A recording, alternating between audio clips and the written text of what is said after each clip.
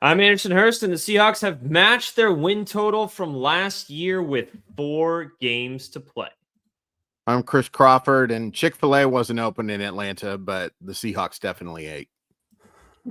And I'm Rob Rang, and I'm here to break down how the Seahawks went from stubbing their toe in the first half to a 6-6 halftime score to outscoring the Falcons 31-3 to finish with the NFC best 10-3 record at the break. Hey 12, it's the Seahawks squad. Everything Seattle Seahawks every week. Breaking down all the big hits and game-changing plays from the Emerald City. The way only the Locked On Podcast Network can. Get loud, 12s. The Seahawks Squad Show starts now. What up, 12s? We got your Seahawks Squad Show here. Anderson Hurst, Chris Crawford, and Rob Rang with you as we break down another Seahawks victory. They moved to 10-3 on the season in Atlanta. 37-9 is the final score, and we bring in Turbo. He's here with us. He's trying to get his camera figured out, but hey, there he is. What's up? My day just got a whole lot better. I didn't miss too much, did No, I? we just started. You're good to go. Just recapping everything. The Seahawks win this one 37-9, go to 10-3 on the season. Reestablish themselves in the top of the NFC conversation. I'll say that. But it wasn't without its stripes. There was definitely some question marks in the first half, especially offensively. Defense continues to be dominant.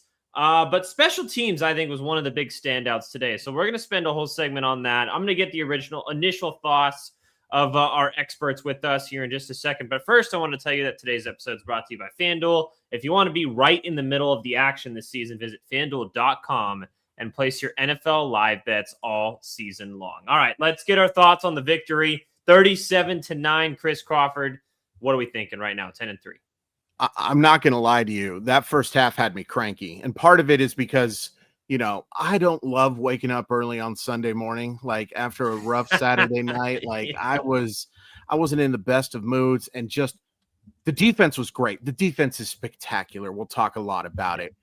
That offense for the first 30 minutes was awful, just awful. And in a lot of different ways, as good as they were in a bunch of facets in the run game, pass game, everything you're looking for in the second half, they were dreadful in the first half. But here's the thing. To bring back the Pete Carroll, can you win a game in the first quarter? Can you win a game in the second quarter? The Seattle Seahawks won a game in the second half. They were just so dominant. And again, every facet of the game, the special teams, which we're going to talk about, were just phenomenal today. Sam Darnold was so much better in the second half. It was so awesome to see the secondary options in the passing game make an impact today. Great second half. I just wish the first half would have matched it a little bit, but ultimately you get a 37-9 win on the road. It's really hard to complain too much. Ranger, what are we thinking after the 37-9 victory in Atlanta? Yeah, I think that a lot of what Chris just said. I mean, certainly the first half was frustrating. I mean, you go to a 6-6 halftime score against a team that frankly has been not very good in defense specifically, and the fact that Seattle decided to take more of a pass, throw the ball more than they were running the ball, I thought was a little bit questionable, frankly. But then to see Seattle be able to kind of pull away, obviously the special teams, the big touchdown by Rashid Shaheed to open up the second half. But then just to see Sam Darnold more cool, calm, and collected in the pocket. See Seattle be able to continue consistently run the football, and then that defense apply the pressure that they did. They said on the Fox telecast, in fact, there was 10 pass breakups. That really shows that that Seattle understood what Atlanta was trying to do in their passing game. It showed some of the limitations of Kirk Cousins, frankly, but at the same time showed the resiliency of Seattle's secondary. Julian Love getting back onto the field, making a big play. Jaron Reed getting back onto the field, making a big play. I just thought that this was one of the victories that Seahawks fans should be so excited about, because there was a clear strategy that could have won the game. And Seattle decided to go against that trend and instead attack Atlanta, where Atlanta is actually in its best, throwing the ball more against the NFC's best statistical pass rush, and really focusing in on their defense and on their special teams, the whole gamut of which Seattle can play the game. I thought that this was a really impressive victory, considering the fact, again, it was 6-6 at halftime to go on that 31-3 run in the second half on the road. I mean, it just becomes like we're just so used to now saying double-digit victories on the road. I mean, this is like fantasy football season, the way that Seattle is rolling things right now. So, yeah, I think this is a victory that Seahawks fans should be very, very excited about. I know the Atlanta Falcons aren't very good as far as their record, but statistically, they had some areas in which there were strengths, and Seattle took those on and pinned them quickly. So that was, to me, one of the most exciting things about this game. Yeah, Turbo, what are your initial thoughts after the dub? Yeah, I love what my guys have to say, and I'm going to agree with Rob really a lot in terms of the win being impressive, but just for a different reason.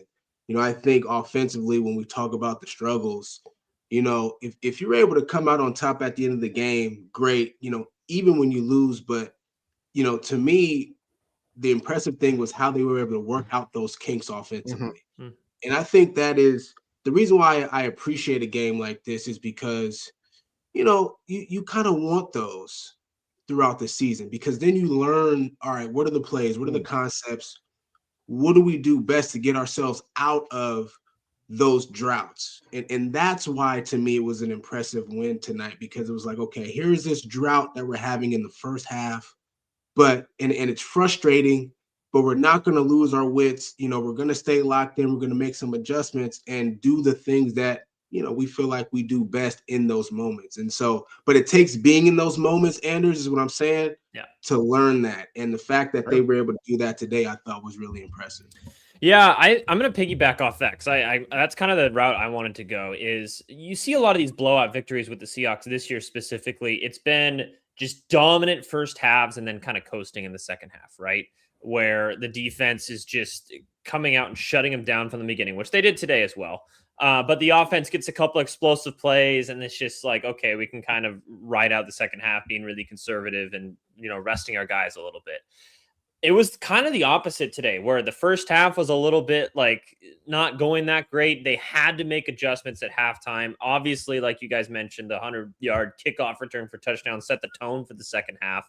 And I love what Chris said about the secondary receivers, because I think that's going to be one of the main things we talk about when we do talk about the offense, because you need more than JSN to be a successful offense if Sam Darnold's going to, be successful in the passing game. But this was one of those games where you came out with a funk, especially on piggybacking off of last week, where you'd still get the win in blowout fashion, but the offense didn't really do much.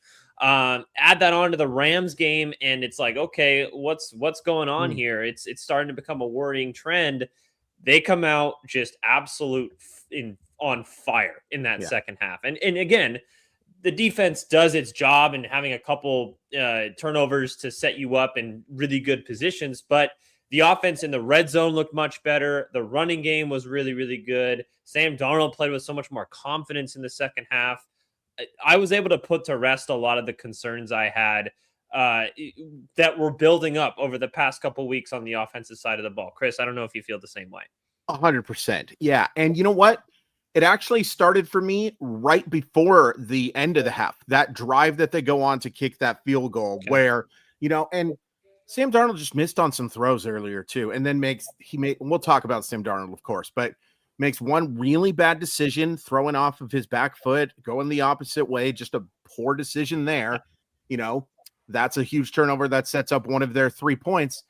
It wasn't like they were outmatched in any way, but I really like the adjustment they made to get down to that tie the game And then, the second half, obviously, that is just an absolute obliteration of them.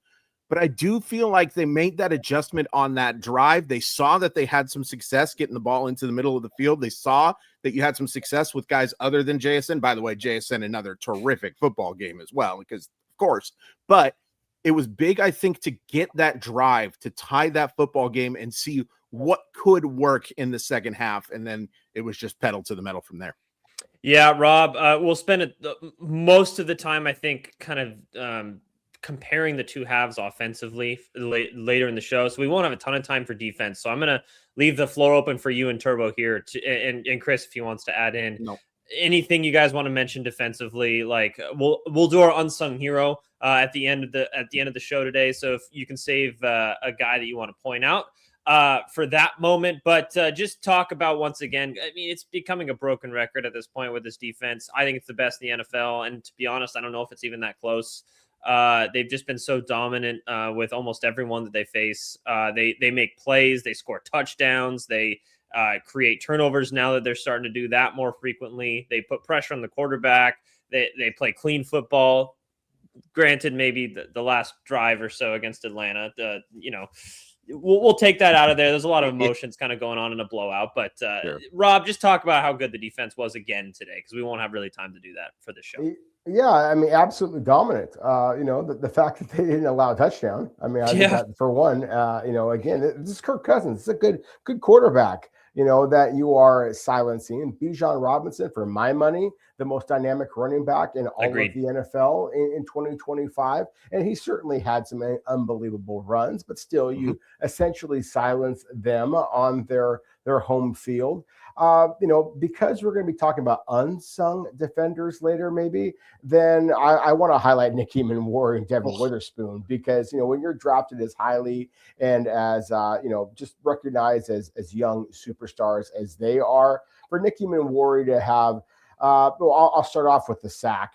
Because that feels like it's least of importance at this point. But still, it was an impressive play. But the blocked field goal, the first career interception, I think that this was, you could make an argument that this was a player of the week, defensive player of the week type of performance. And the same thing for Devin Witherspoon. I mean, this was his first interception in 2025. It's only the second interception of his young but brilliant NFL career, and it was one of my favorite plays of the season. So I just thought that there is a number of players that we could highlight for the Seahawks defensively. They mentioned in the Fox telecast 10 pass breakups in this football game. To me, that is just indicative of how in tune Seattle's defense was from every phase of the defensive line, linebackers, as well as in the secondary. Again, we're getting to the point where we just expect defensive dominance, and the Seahawks delivered again.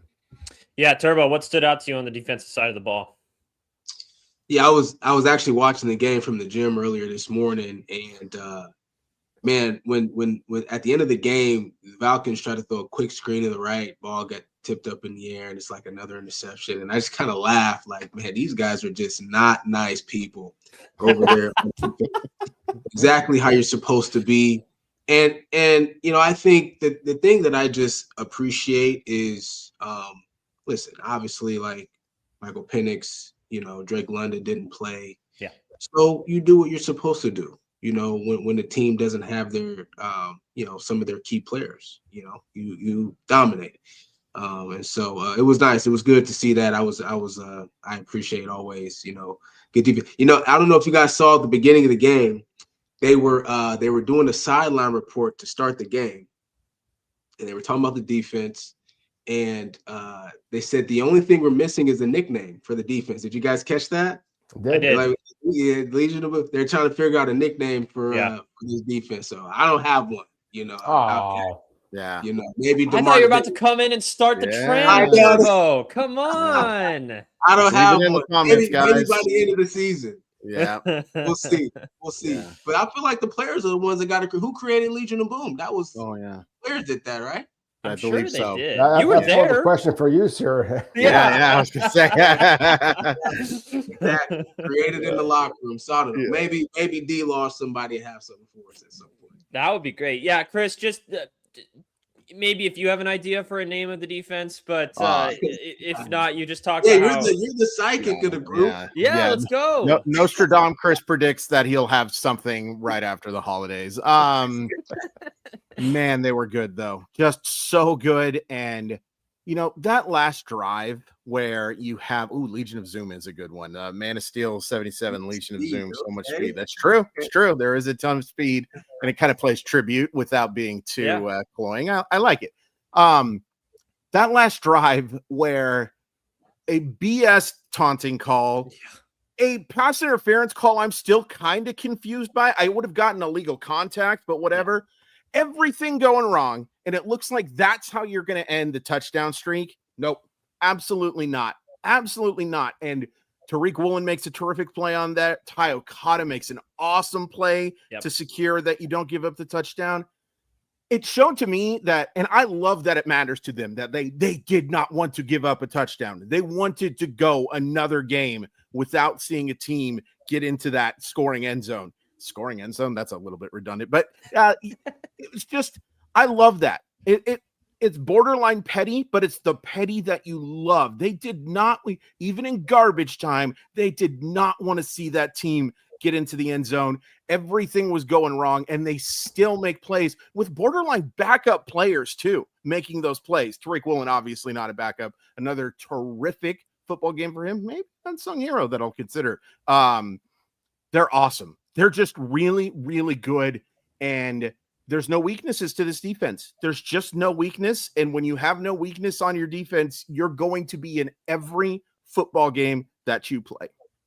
Yeah, I think go ahead, Turbo. I was just going to say, Mike Bernardo needs a lot of credit for it too, but no doubt. Like, I'm starting to consider coach of the year, to be completely honest. Like, I think he deserves to be in that conversation. Usually, we've had this conversation in other sports, but it goes to like the coach that elevates a team the most when they don't have a ton of talent and they make the playoffs or whatever. I still think being a coach on a good team and making them a great team still should be in that same discussion. And just I keep going back to the fact that I opened this show with they've already got 10 wins, the same they got last year. They have 4 to go. So you have a really good chance. I'm not going to spoil anything. You have a really good chance to heavily improve and take a step up from what you did last year. Obviously, the end goal is the Super Bowl, but there's steps to there. You got to win. You got to get to the playoffs. You got to win a division. You got to get to an NFC Championship game. All that stuff. But yeah, I just going back to the defense before we kind of take a break and move on to the offense and the special teams today. The thing about me, everyone's comparing this defense to the Legion of Boom, and rightfully so. It's the last 2 really good Seahawks eras of defensive football. Mm-hmm. It's a totally different way of going about it. And it's a different way in terms of how the players do it. It's a different way of how the coaches coach them. And it's just a different personalities. Like they may not have like the loud Richard Sherman, just massive hit Cam Chancellor guy, and just Earl Thomas flying around the whole field everywhere. But they have Devin. Well, I guess the personality, Devin Witherspoon might have something to say about that, literally. But in terms of everything else, you got Nicky Manwari just making plays everywhere. You got Byron Murphy just really coming into his own this year. Big Cat is the absolute leader with Ernest Jones. Those guys, they do it in a totally different way, and I'm having a ton of fun watching them play football. I thought this was Eamon Warrior's best game. I don't know about you guys. Yes, 100%. Yeah, 100%. I'm like, dang, every time I look up at the screen, it's Nick making a play. Yeah. And it's honestly like it reminded me of when Corbin Smith was like, this guy, he could mention that like at this point in his career, he was like, he's going to be wearing a gold jacket one day. And that's like very early to predict that, but it was like, yeah, you can see the tools this guy has, and he's playing such instinctual football right now. So I love what they're doing on the defensive side of the ball. Let's talk a little bit. We haven't given this group a ton of credit this year, and they deserve it. This is a big game for them, and that's the special teams. And they really set the tone in that second half and in the first half, even when we talk about with the block field goal and stuff. Well, I want to spend a whole segment just talking about the special teams, how much of a difference that can make for it, especially later in the season when you win and lose by the slightest of margins. These kinds of plays is what kind of makes your season keep going in the playoffs. So I'm interested to see what the experts have to say about the special teams here in Seattle. We might have the best group as we're talking about defense and then the improvement of the offense. The special teams deserves a ton of credit as well. So we'll talk about that here on the Seahawks Squad Show when we come back. Seahawks win this one 37-9 in Atlanta. Don't go anywhere. We will be right back.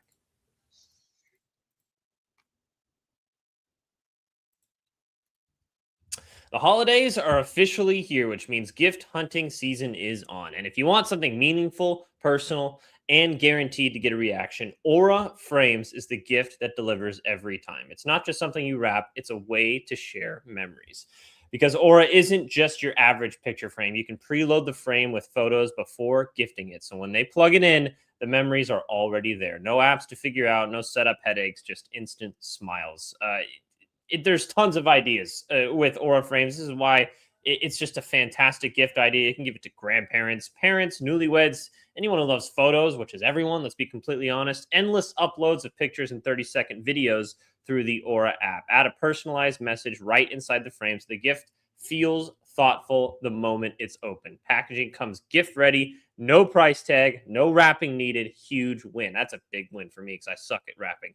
It's a holiday gift that actually gets used, not forgotten in a drawer. For a limited time, save on the perfect gift by visiting auraframes.com to get $35 off Aura's best-selling Carver matte frames, named #1 by Wirecutter, by using promo code LOCKEDON at checkout. That's auraframes.com. Promo code locked on. This deal is exclusive to listeners and frames sell out fast. So order yours now to get it in time for the holidays. Support the show by mentioning us at checkout and get that awesome deal at the same time. Terms and conditions apply.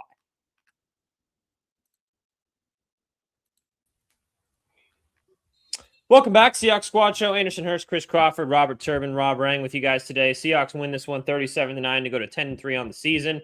And, we mentioned the defense in the first segment. Obviously, I think it's a good way to kind of kick it off. We've talked about them a lot the past few weeks. One group we have not mentioned a ton this season is the special teams. And I think that they've flown under the radar a little bit. And I think that's almost a good thing. Very similar to the offensive line. Yeah, you want to have those pop plays. But if you're not talking about the special teams, I think that's a lot of times a good thing. It means they're not losing the game for you. They're not. I think they showed the EPA, which is I think it's estimated play or points added, expected points added. Excuse me. I got the stat wrong. But for special teams, and they were comparing Seattle to Atlanta. Seattle at just +2.5 is the second best in the NFL, which goes to show you just can't lose the game as a special teams group. And Atlanta's was like -20 something, and they're like 29th or something in the NFL. They were really bad. But you can kind of compare those two groups and see how, like, Atlanta was in this game in the first half, and it was a couple bad plays on their end and really good plays from the Seahawks special teams, and it kind of flipped this game on its head. So Chris Crawford, just talk about if you want to point out a certain play, if you want to just, we haven't talked about this group, so I'm curious on your thoughts on what makes them successful. Jay Harbaugh's doing a great job. Yeah, and, Jay Harbaugh was a guy who got a lot of flack last year, and I think justifiably so, because there were definitely special teams gaffes. And, there were a couple of special teams gaffes earlier in this year as well. But really, since about week 2 or week 3, this unit has just been a unit. They have been phenomenal, and they don't make mistakes. The only mistake they make today is there's like a 48-yard return from Kendrell Tompkins, which, it is what it is, but it's gonna happen. They're so sound, but they have such good athletes too. Like having a Dikembe Mutombo free safety come in and block a kick is always going to help you there. What a play. His arms must go on for days. Stretch Armstrong doesn't even begin to describe it, man. Like that is such a special play. And then, man, Rashid Shaheed is so fast and has such good vision too. Like that was just in a heartbeat. In fact, I missed it. I was one of those idiots who was, nice. I wish I could say I was getting a beer in line or something. I think I was just taking the dogs out to go do whatever, but I come in and see 13-6 and I was very, very happy. Yeah, this special teams unit, when you give yourself or don't give into making mistakes. Like, they can lose you a football game. They can absolutely do that, but they can also win you games too. Yes. And today, no, I wouldn't say they won as far as they won them the game, but it made changed the game. It changed the game for sure. Like, when you go up 13-6 there after that mediocre at best first half showing, great defense and just horrific offense, how confident did you feel, right? Like, okay, this is going to be a much better second half. And I think the players probably feel that way too. Like, we've got the lead now. We know our defense isn't going to give up a bunch of points. Our special teams is going to, and does make that play. It's special stuff. It's an easy pun to make that the special teams is special, but that was really impressive stuff. And Jay Harbaugh, I give you a ton of credit for it, because you deserved the flack that you got last year, but you deserve a lot of the credit for what's happening there, on top, of course, of the players as well. Rob, yeah, what can you say about the special teams? I think a lot of it has to do with, we've talked about the depth on the defensive side of the ball. I think that rears itself because of, a lot of those depth players that would be starters on a lot of other teams are playing a lot of special teams for Seattle. So how impressive is what they're doing right now? I think if you look at Seattle special teams in totality, that they are the best unit in special teams in all of the NFL. And I think that a lot of credit needs to go to certainly John Schneider and his entire scouting staff, but the Jay Harbaugh deserves a lot of credit. Yes. There are some Seahawks fans out there who kind of fret that maybe Clint Kubiak is going to wind up ultimately leaving this team and getting that head coaching opportunity. I think that as many Seahawks fans should be worried about Jay Harbaugh getting an opportunity elsewhere, because I think that he's been spectacular. And it's not very many times that I disagree with the wonderful Chris over here, but I think that he did a pretty damn good job last year. And I think that this year he has been exceptional. I mean, you're talking about there should be an award, in my opinion, for coordinators of the year, offense, defense, and special teams. And I really think that Seattle's trio should be getting that consideration this season, as well as executive of the year for John Schneider. To me, that goes without even saying. But I just think that when you're talking about, let's just start with the punter, Michael Dixon, of course, with his ability to punt deep, to punt short, to put kind of a screwball rotation on the football. To me, he is an all-pro candidate year in, year out. He is among the NFL's best. Almost goes without saying. Jason Myers leads the NFL right now in field goals attempted, field goals made. He was against perfect in this particular game. He has not missed a single PAT all season long. That has been one of his bugaboos.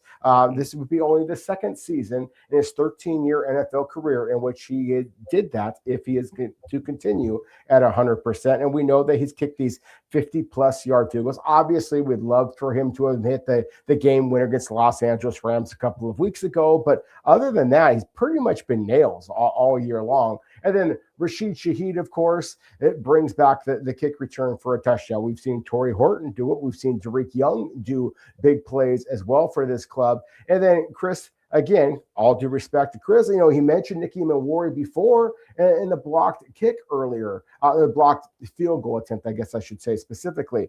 Again, this Seahawks team on special teams, and not even mentioning the coverage units, I mean, they give the one big play to Chimere Dike, one of the best kick returns in all of the NFL. He's got 2 kicks for a touchdown so far this season as a rookie. So that has been like the one red flag that we've seen all year long. Otherwise, Seattle's special teams, arguably, guys, has been every bit as dominant as offense or defense all year long for the Seahawks. And to me, again, it's one of the reasons why I feel so confident that Seattle is absolutely, I don't care what the records say, the records just help prove the point. But this is one of the best all-around teams in all of the NFL, and the special teams are a huge part of that. Yeah, Turbo, just forgive me, I wasn't as much of an analyst back when you played. Were you a big part of special teams, and how much of that as a player, when you're on the offensive side of the ball and you're able to get plays like a big kickoff return to start the drive on the 50 instead of 20, or getting a blocked kick or something, just how much of those have an impact on the rest of the team for the guys that are coming out and making plays after that? Yeah, it creates a ton of energy. throughout the entire team. I mean, just look how the offense started playing after Shaheed took it to the house. It's a great point. Yeah. You know, it really sparks your team. And, you know, when Shaheed first got to the Seahawks, when he was traded, that was my initial thought. I didn't really think about him much at wide receiver, but I felt like his immediate impact is going to be on special teams. So it was cool to actually see him take one to the house and showcase that speed you guys are talking about. But special teams is a big deal. Usually it's the first thing you work on at practice. Take a lot of pride in it. I played special teams. I was a personal protector on punt behind Chris Maragos. If you guys remember, 42. big number 42, right? Yeah, for safety. And was on the kickoff team in Indy. And so it's like, man, you run down on kickoff, you get a big hit, you know, inside the 15-yard line, and it sparks the defense going out there. So it creates those huge energy shifts, Anders. And I thought you saw it today with the Seahawks. Yeah, I'm glad Rob kind of put it in perspective there, that how good this group has been all year long. We just haven't really been able to talk about it. And I think it just highlights, again, you know, Rob and Chris and Turbo, you guys are mentioning this, but how balanced this team is. And there's not really, I mean, I guess you could say there's sort of a book on how to fluster Sam Darnold a little bit by just throwing pressure packages at him. But you know, do that at your own risk, because if he burns you on the backside, you know, you're going to give up a lot of points as well. So I don't know. There's not really a way that you can pinpoint a weakness, a true weakness on this football team. Like, and that's something where if I'm trying to game plan, and I'm obviously not a coach or anything, but if I'm thinking about other coaches trying to game plan against these Seahawks, you obviously want to try and take away their biggest weapons, which I think there are, you know, very poignant ways to do that with JSN, although he's given a lot of flack for not really kind of giving into that. He's still able to put up numbers despite, you know, coaches obviously pinpointing him as the main source of offense for Seattle, especially in the passing game. And there's no other weakness to like kind of exploit for this Seattle team, whether even if it says something, I don't want to say small, but as overlooked as special teams. And they do that well. They run the football a lot. They're the only team they mentioned on the broadcast that runs the football more than they pass it. And today was a little bit of a weird game script. And Rob mentioned this as well. It's almost like a backwards day, like reverse psychology. Hey, we know you defend the pass well because you rush the pass, but we're going to still exploit that because you expect that we're going to run the football more. So it seems like they're 2 steps ahead of a lot of these teams, especially, let's be honest, the teams that aren't going to be in the playoffs, that are kind of on the bottom end of the spectrum. If they're able to take that to the next level and do that against the Rams, the Colts when we face them, although now probably without Daniel Jones, we'll see how much of a test that really is.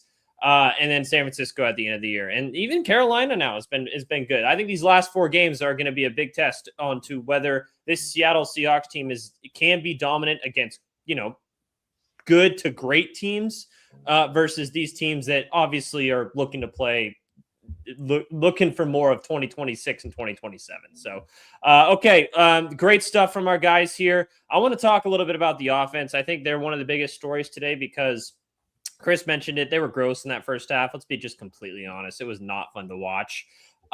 Whether it was Sam Darnold struggling a little bit, the interception, they couldn't get in the end zone. They couldn't move the ball as much. Their run game wasn't great. Let's talk about the difference between that first half and the second half. Is it as simple as you had a big play with Rashid Shaheed taking that touchdown to begin that second half? Did you see something different that he was doing in that second half that he wasn't doing in that first half, or vice versa? So I want to ask these guys what the biggest difference between the two halves on offense in the first half and second half was in a Seahawks win 37-9 over the Atlanta Falcons to move in 10-3 on the season. We will be right back with some offense talk.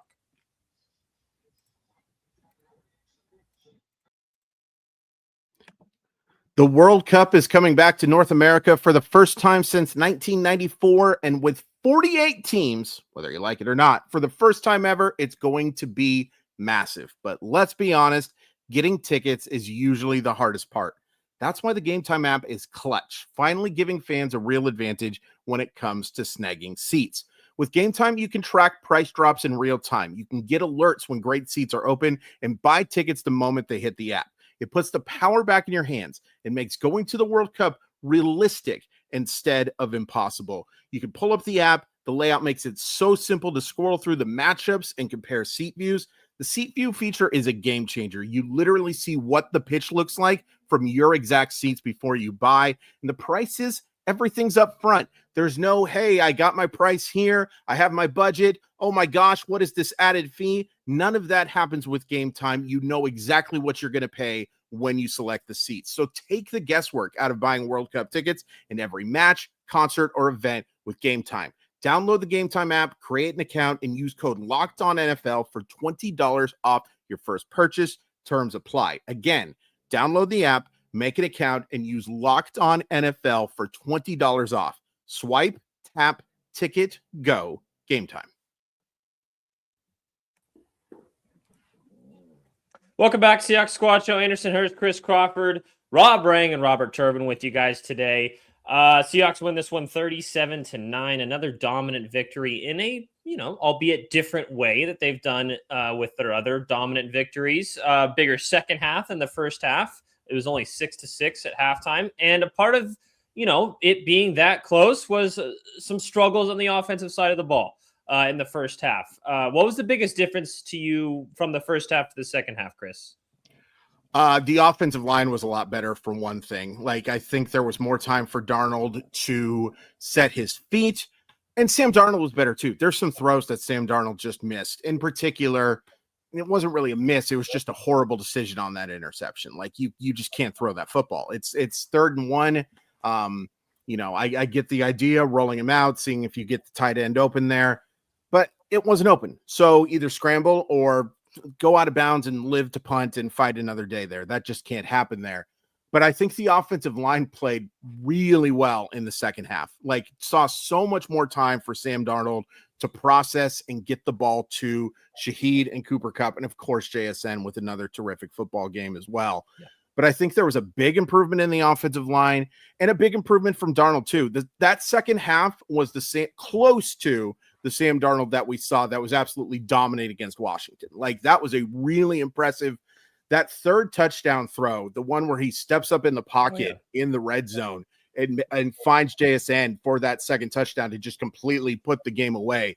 That's one of my favorite throws they made and one of my favorite red zone plays that they have made as well. But to me, the big improvements are more time to throw for Sam Darnold in the second half, and then Sam Darnold just being better with those opportunities. Yeah, it's great to see adjustments be made at halftime. Rob, what adjustments did you see that were made by the Seahawks offense to have a much better second half? Well, I love hearing what Chris just said, and I'm very eager to hear what Turbo has to say as well, because I almost felt like a former NFL running back myself at times watching this, just run the damn ball. This is the team that, again, was 8th in all of the NFL in terms of touchdowns versus interceptions allowed. I believe that they, entering this game, the Atlanta Falcons allowed a total of 14 touchdown receptions. They'd intercepted the ball 13 times. Obviously, that anytime you're close to 50-50 in that regard, then that's a pretty scary statistic for a visiting team entering your place. As we've talked about many times, the Atlanta Falcons led the NFC with 41 sacks so far this season. So I felt like Seattle was almost kind of daring the Falcons. Look, we know what your strength is, and we're still going to attack that. And I just thought that there was a couple of just dynamic runs by Kenneth Walker III, Zach Charbonnet, early in the game. That was just run the ball. You're going to be okay. You just go straight up field. That's where, everybody wants to criticize Anthony Bradford. That's where he's at his best. That's where Oluwatimi has actually been an upgrade over Jalen Sandell, is in the running game. I just thought that there were opportunities to be had there. So I do think that what Chris mentioned here, the offensive line played better. I mean, Seattle allowed 2 sacks in the first half against Atlanta in this game.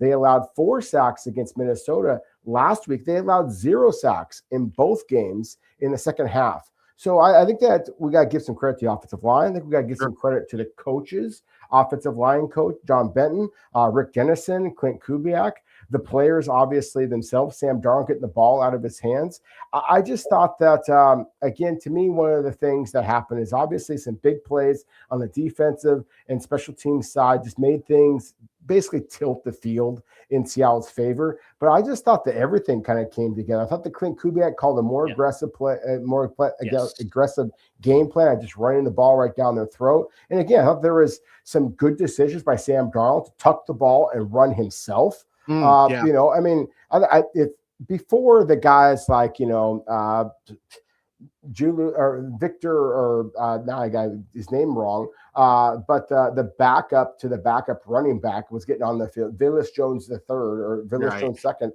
got onto the field. I mean, he wound up being like Seattle's second or third leading rusher in this game. I don't think that anybody had more than, say, 40 rushing yards in this game, and yet still Seattle controlled the line of scrimmage when they had to. And so, again, that's one of the reasons I was most excited about this game and why I thought that the game completely tilted after halftime. Turbo, did they run the ball enough? I thought they did. Yeah. No, and the thing that that stuck out to me was, the adjustment there after the kickoff return. They started to spread things out more. It's kind of similar to what Rob Rang is talking about in terms of attacking their strength. But, I thought in the first half they were going with the heavy guys a lot, 2 tight ends. And you started to see a little bit more 11 personnel, particularly in that third quarter, get JSN and Cooper Kupp and Rashid Shaheed all on the field at the same time. And I just thought that spreading these guys out, it actually helped the run game, helped make the box a little bit lighter, for these guys. I thought the touchdown from Zach Charbonnet was really impressive. And right there down the left side, he scored on that play, didn't he? They didn't have a rushing touchdown this game. No, but it set up a score. I know what the play. Okay. It was the big run that on the left side, the outside zone play. Yeah, I couldn't remember if he scored or not, but yeah, I thought that was an impressive run, man. He grip vision, got downhill. I thought that kind of helped open up our offense as well, went more to the play action game. But really, the key was, I thought, man, we spread out the defense a little bit more, particularly in the third quarter. I thought it helped the run and the passing game get going. And, it was good to see those guys be productive in the second half. Yeah, it's I don't know. It's a small thing, but I'm starting to see Sam Darnold use the checkdowns more as well.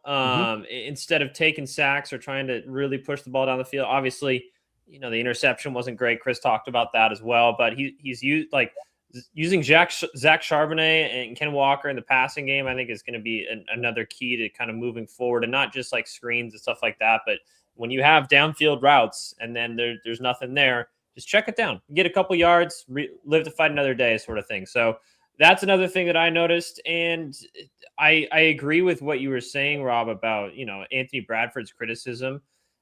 It is such a big difference in his impact in the running game, because I see more often than not him be aggressive at the point of attack and be able to, really get to the next level with guys when they're running the football, especially in that outside zone scheme. But then how much he struggles in the passing game, he has to, double with one of his offensive linemen quite a bit, whether that's with the center or with the tackle. So I think if they continue to run the ball a little bit more, that's why I think they've been such a run-heavy team for the majority of this year. And I think it really helps Sam Darnold as well. So getting that balance is going to be really important moving forward against these better teams now that the Seahawks will be playing for the rest of this year. I think a big, and you may hear about him a little bit later, but a big impact is the fact that both Cooper Kupp and Rashid Shaheed are starting to get involved a little bit more. Right. And we talked about Shaheed and the special teams. I'm thinking more offensively, because it seemed like they had a concerted effort to get him the ball a little bit more. Sam Darnold did. And I like that. I think he can be a huge difference maker. There's times where he's lined up in press coverage with no safety help. And I'm like, oh my God, I would be just looking at that all day, because he can beat his guy and he's about as fast as anyone. And it ends up being like a running play, or he goes the other side of the field with a screen or something. It's just, something's not entirely maybe a confidence thing. Like when you start to see your guy and get on the same page, he comes in the middle of the season. It takes a little bit to get that chemistry to be able to go to that a lot. But that's something that I've noticed as well. Chris, I don't know if you did as well. How much of a difference does that make if you're starting to get him more and more involved? I think it's massive. And one of the biggest plays is that third down catch he has on a drive that was not going particularly well to keep that drive alive.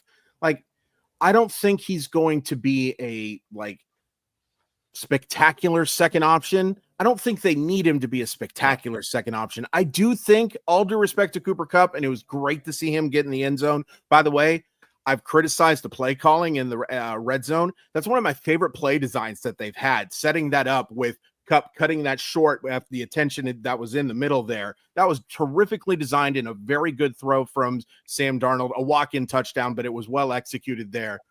I do still think that Shaheed probably, if Torrey Horton, it would be great if he was healthy and if he had a chance to stretch that. And he's been so effective when they got close to the end zone as well. I think if this team is going to take that next step, and I'm not even sure if it's possible, but I do think you need more games like this from Shaheed. This 5 for 67, if you can get that type of production from him on top of what he's giving you in special teams, man, that could be huge. But just the fact that there were other wideouts today than JSN making plays, it was wonderful to see. By the way, I do want to point out, anybody watch the Vikings game today that they just absolutely dominated the Commanders? That defense is really freaking good. Really, really, really good. And that has something to do with why that offense struggled in the last week as well. I just wanted to point that out.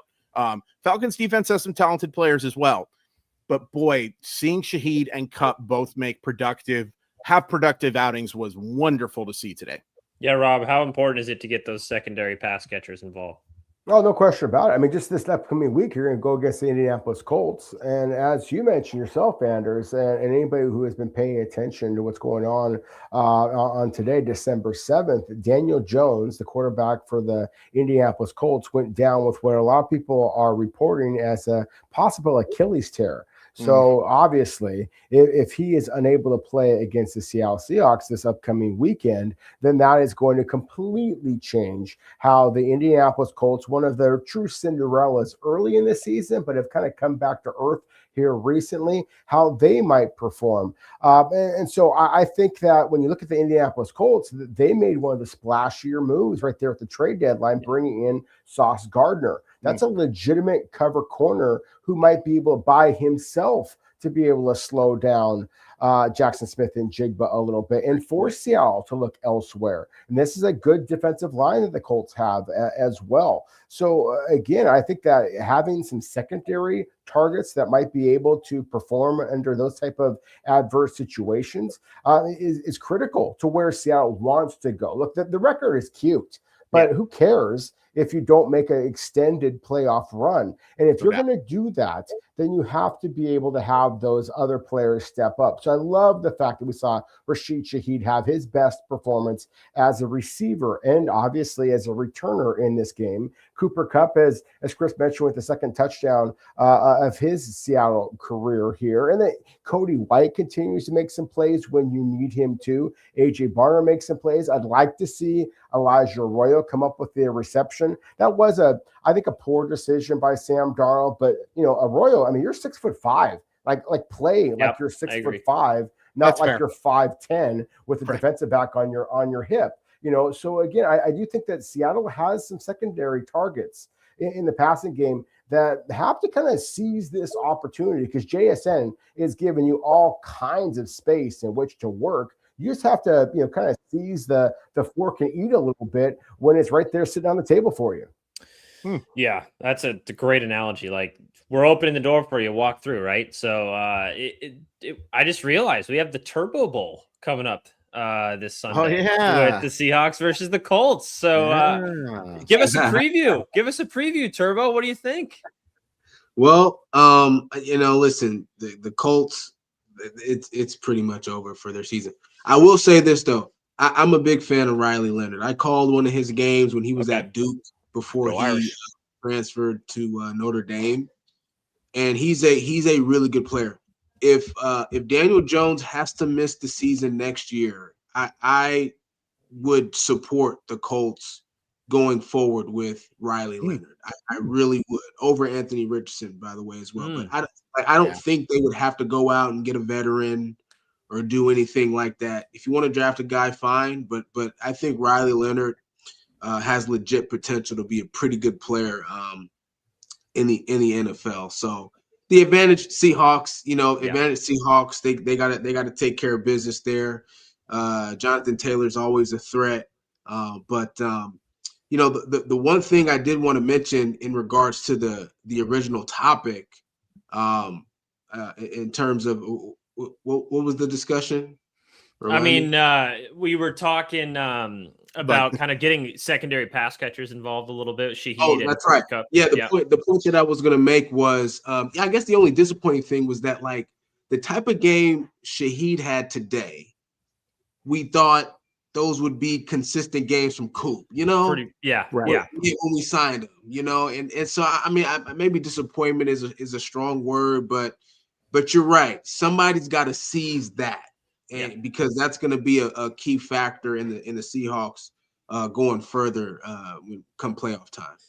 Yeah, I think that's something where we can keep an eye on it, and that doesn't necessarily mean that Cooper Kupp was not worth going to get or anything like that. It's just his impact on the field has been a little bit less than I think we expected from him. Yeah, it's different. His impact is different, and it's still a super plus for the team. We probably wouldn't be the same team without him.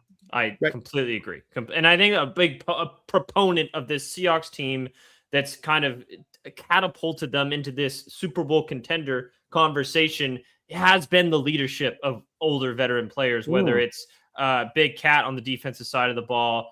I think Cooper Kupp's a massive part of that on the offensive side of the ball as well.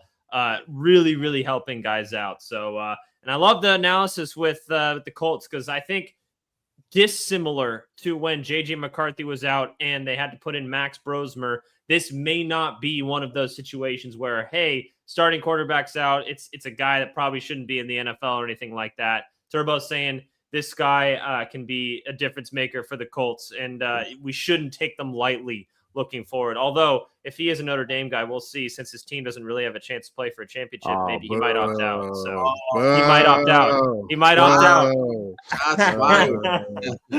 Look up all the Manchester United losses for a second, real quick, guys. Just give me a chance to. They play tomorrow. Let's go. Go Wolves somehow. I don't know how that's gonna work. All right, we're on the Seahawks Squad show here. I know we kind of got off topic there for a second, but we'll do our unsung hero. Coming back after this. There's a lot of guys that you can mention today. We have mentioned a lot of guys. Maybe there's some more that we haven't mentioned. So I want to get our thoughts on the unsung hero and maybe a slight look ahead, kind of piggybacking on what Turbo said against the Colts. So we'll be right back. Unsung hero coming up next on the Seahawks Squad show.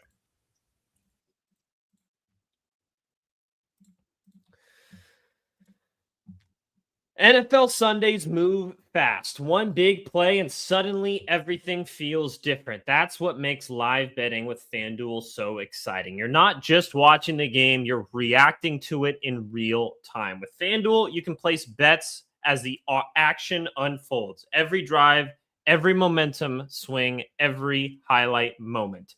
Live betting is best when the game starts to shift. Maybe you see a momentum coming along or a team that's maybe down that you don't expect to be down for much longer. You can kind of get in on the odds a little bit better than what you would have maybe in the beginning of the before the game started. A receiver gets hot, a defense tightens up, or the moment flips after a turnover, injury, anything like that. FanDuel lets you jump into the moment. Rams are down right now as I'm looking at the score. Actually, they just took the lead 10-7 over the Cardinals. Dang it. Okay. They do have the ball, but it's all right. I was about to hop on the Rams, if you're a betting man, to hop on betting on the Rams there. So they could maybe get a little bit of action in a better spot than you would have before the game. But they just took the lead again. So that's why live betting is so important. You got to just get on it as quickly as you can. As soon as you see that trend and you think that it's going to go a certain way, jump on it as soon as possible. So if you want to be right in the middle of the action this season, visit FanDuel.com and place your live bets all season long. FanDuel. The game moves fast, as I just mentioned, and so can you.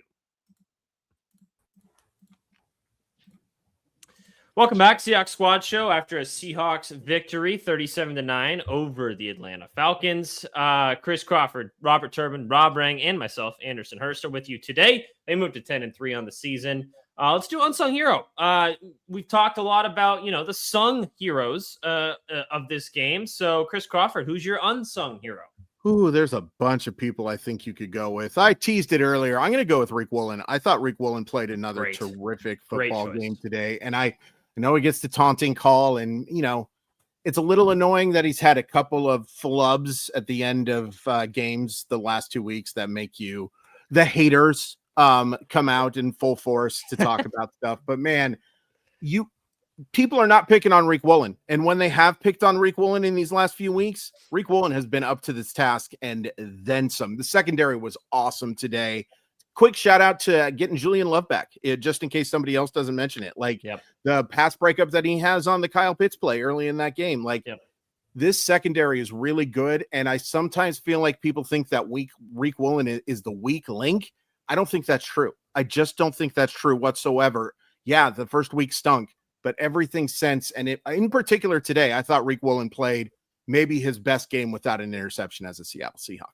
All right, Ranger, what do you think? So many players I want to highlight.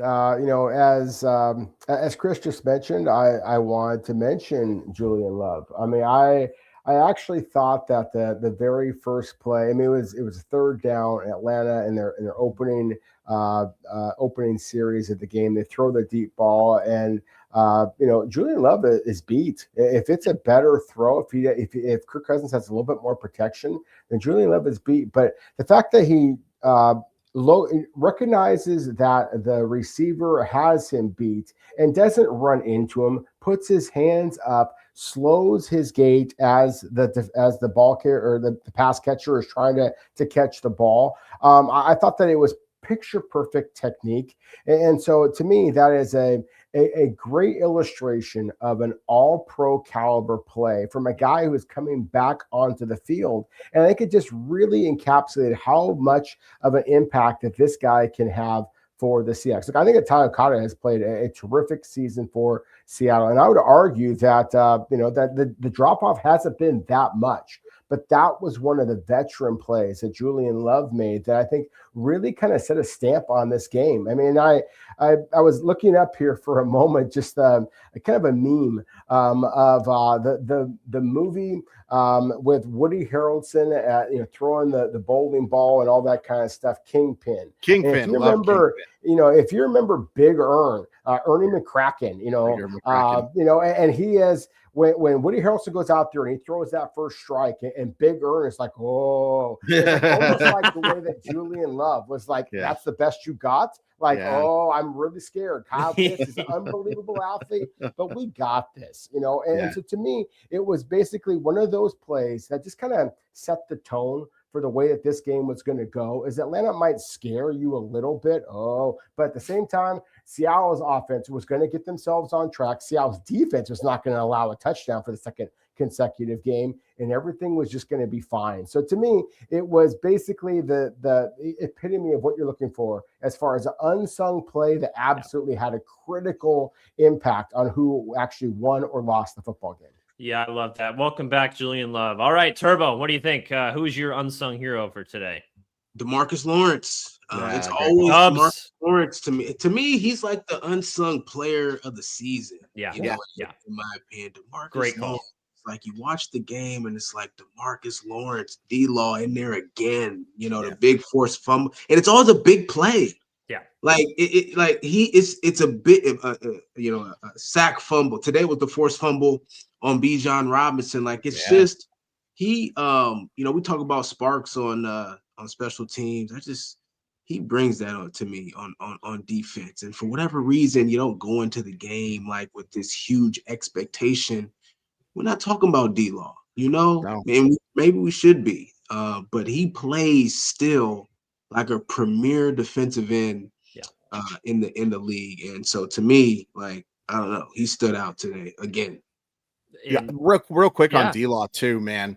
The forced fumbles and the couple of defensive touchdowns. I really don't know if there's a better defensive end at just setting the edge. Just flat out, I am going to stay home. You so are fun to not watch. going to get around me. Yeah. This is what is. If you're going to make a play, it's going to be on the other side, man. I am going to set this edge, and there is nothing you can do about it. And oh, by the way, he also has the 2 defensive touchdowns and I think 4 forced fumbles in the last 3 weeks, some ridiculous number like that. John Schneider's made some really good moves.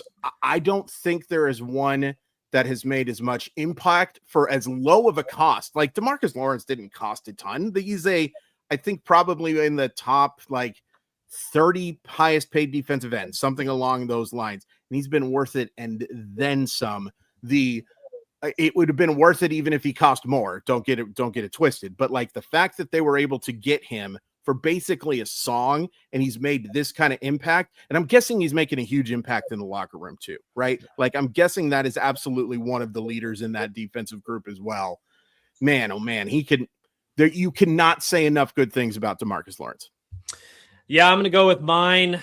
You kind of just stepped on my toes there, Chris Crawford, but I was really expecting to think outside the box here. And I'm going to go John Schneider because it's maybe not necessarily a unsung hero for the grand scheme of things, because obviously he builds the team with his acquisitions. But man, when you're looking at the day-to-day, the week-to-week, it's hard to remember how good this guy has been in building this roster. And it's God, the draft picks from Nick Eamon-Warry to Devin Witherspoon to JSN to the additions that you just talked about with DeMarcus Lawrence, the trade for Big Cat, the acquisition of Sam Darnold. There's so many hits and very, very few misses recently, and that's so rare in today's NFL. You expect some to hit, some to miss, especially with draft picks. But man, he has just done such a good job in putting this team in such a good spot. And let's throw in hiring the coach as well. Sure. Well, I don't know how much of that was ownership versus him, but he's the GM. It's his job to, Sure. Hire the coaches, not to mention offensive coordinator switch after this year. We can obviously get into a bigger conversation of that once the season's over and just really look back on how important those changes were and how good he has been at building this roster. But man, when you look at a game like this, where it's just dominance and you see how far ahead you are from some of the other teams in the NFL on so many different levels. And it's honestly great to see. I have so much pride as a Seahawks fan from so many different levels, from the coaching staff to the players to the GM. It's fun time being a Seahawks fan right now. And he's a big reason why. So I just wanted to give him a quick shout out. For sure. I think everyone else we talked about. So you guys are awesome. Yeah. Go ahead. Actually, I mean, that's pretty cool. I got a chance to interview John at training camp on Sirius XM, and I asked him if he was still having fun, because he's been doing this for a long time. What keeps you going? You don't want to, take a break, resign. And I think sometimes change can bring new energy, obviously a lot of change in Seattle, and then, get a new coach, and, you got another opportunity to draft. And so, I don't know. I think maybe there's some re-energization, if that's even a word, that's happened with John. But he said he says he still has a ton of fun with it. And I think it's kind of on display, with the team this year. It really seems like he has full reins over everything, and he's kind of all right, I get to build a team exactly how I want. And I think it wasn't a bad situation with him and Pete. They saw eye to eye on a lot of stuff. And, when you have a legend like that in the building, you are collaborating a lot more as a GM than you're the guy. He's now the guy. He is now the guy. And I think it's a perfect marriage with him and Mike Macdonald, because to be honest, I think Mike Macdonald likes being a coach more than kind of worrying about what players to bring in. He wants to coach the guys that he has. So it's Absolutely. Just such a good, feeling. I just can't get off that word. Such a good feeling as a Seahawks fan right now. All right. Any last words from you guys? We went a little long today, but it was a big win. So looking ahead to next week against the Colts, Chris, any thoughts? Yeah, I mean, look, according to Ian Rappaport, Daniel Jones has torn his Achilles, or that's what the fear is, and that just sucks. That absolutely sucks. but it doesn't. There's no denying it changes this game, right? There's no denying that there is a much higher expectation for a win here. I love Riley Leonard. I'm a huge Notre Dame fan. Let's not talk about what happened today. I actually don't have a problem with what happened today. If you lose to Miami, you should be below Miami. But I really like Riley Leonard, and I wouldn't be surprised if Shane Steichen is able to diagnose some stuff with him or game plan, where you've got some design quarterback runs for him because he's a really good runner between the tackles is one of the things we saw a lot from him. You also got to be really careful now because you could be down to your third string. Max Brosmer might have to play for the Colts. This is something that could happen. I don't know how that would happen, but it's something that could happen. But there's no denying that the expectations for this game now are you should have another drubbing. As good as Jonathan Taylor is, as good as the Colts defense is, you've got to be backup quarterbacks at home if you're a Super Bowl contender, and you have to beat them soundly, and I think that they will. Great. Rob, what do you think? Colts? I'm not even looking ahead to the Colts yet. I'm going to enjoy this victory. It's difficult to get to double-digit wins in the NFL. And as you said to start off the show, Anders, I mean, the Seahawks have already matched the number of victories that they had last year. And so that fact, I think, just deserves some kind of acknowledgement. No doubt. I mean, and so I've been kind of thinking about trying to give the Seahawks not even just the defense, just the entire damn team, some type of a nickname. Now, I'm not witty enough to come up with it myself. I wish I was. When the Seahawks hired Mike McDonald in the first place, of course, I thought like Old McDonald's Farm and all that kind of stuff. And the barn door with A.J. Barner has kind of got me thinking a little bit. I wonder if there's somebody out there who is listening, and thank you for all of you who listen or watch our program here. I'm curious what you might have. I love the fact that Mike McDonald has made so popular this idea of stacking victories, and there's Seahawks and Seattle and stack. It seems like there's some alliteration here that somebody, again, more creative than me might be able to come up with. But, again, I do think that is one of the fun things that hopefully Seahawks fans are going to be thinking about on a Sunday night in which Seattle, again, flexed how dominant they could be this season, to think about a creative name for this squad, because this does feel like a squad that could be worthy of a nickname. Yeah, that's the fun part, right, Turbo? Yeah, that right there. See, that the scout came out of Rob right there. Okay. And all my scouting this week, we played the game, we won. It's beer time. I can't think about can't think about the next game. Okay, I'm with you, Rob. I'm with you. Rob, sorry about the game, though, man. I'm so sorry, man. That was a bummer. One of the better state championship games that we had. Mount Tahoma versus O'Day state championship game. Rob has some ties to Mount Tahoma there for sure. I was rooting for you, but it was a terrific football game, and both teams should be pretty damn proud. But I was rooting for you, man. Nice. I very much appreciate that. I couldn't be more proud of those Mount Tahoma coaches, players, everybody involved in that. They played a hell of a game, man. We lost the game 21-14. Yeah. We had the lead with a couple of minutes left in the game.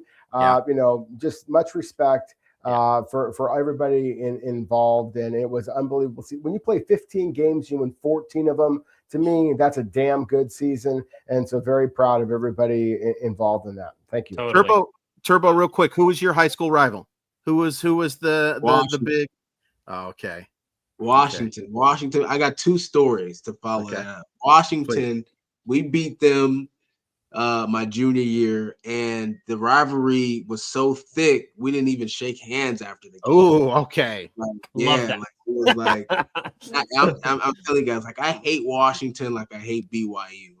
Like, I remember my rookie year, we're at training camp, and so my offensive coordinator from high school hits me up. He's like, "Hey, would you mind if myself and another coach came to one of your practices at training camp?" And I said, "Absolutely." His name's Coach Casassa. And so he comes to practice, and he's with another coach. I don't know that he left our high school. I don't know any of this. So he's at practice, and practice is over. I'm going over the coach, and I'm looking at the coach that he's with, and he looks familiar, but I can't really make it out. So once I got over there, I realized, this is the coach from fucking Washington. Why is he here with you? And I kid you not, guys. I told my coach after, like when I talked to him after we visit, okay, practice over, and I hit him up the next day and I said, Coach, if I hadn't known you were bringing a Washington coach, I would not have got you guys tickets. Oh no! I promise you. That's how much I hate Washington. I would not. I told him. I said, Coach, you did right by not telling me. Oh man, because I would have said no. I would have said you can come, but he's gonna have to wait till you leave practice. Oh, so we hate Washington. I didn't realize it was that thick. That's beautiful, thick. though. Oh man, that is beautiful. All right, well, good stuff, guys. Seahawks win this one 37-9 to go to 10-3 on the season. Enjoy this. Let's pull a Rob Ring. Let's enjoy this for the next 24 hours or so, and then we can start to look ahead to the Indianapolis Colts. It's good to have a double-digit win team, especially when there's 4 weeks left in the season. So let's be happy. Let's go get some more. Stack on the wins, as Mike McDonald says, and just keep this rolling because the Seahawks are a fun football team to watch. We'll talk to you guys later this week. Do a little preview. Check out Locked On Seahawks. Keep it tuned here. Corbin and Rob have all your stuff. I'm sure Corbin will have some stuff up later today talking about this game and how big of a win it was for Seattle. We'll be back with the squad show later this week to kind of break down looking ahead to the Indianapolis Colts and maybe start to look at some possible playoff matchups as we start to get later and later in the season. We'll do that a little bit later this week. We'll talk to you guys later. Hawks win this one 37-9 to go to 10 wins on the season for the second season in a row. Hopefully they can get a couple more before the end of this year.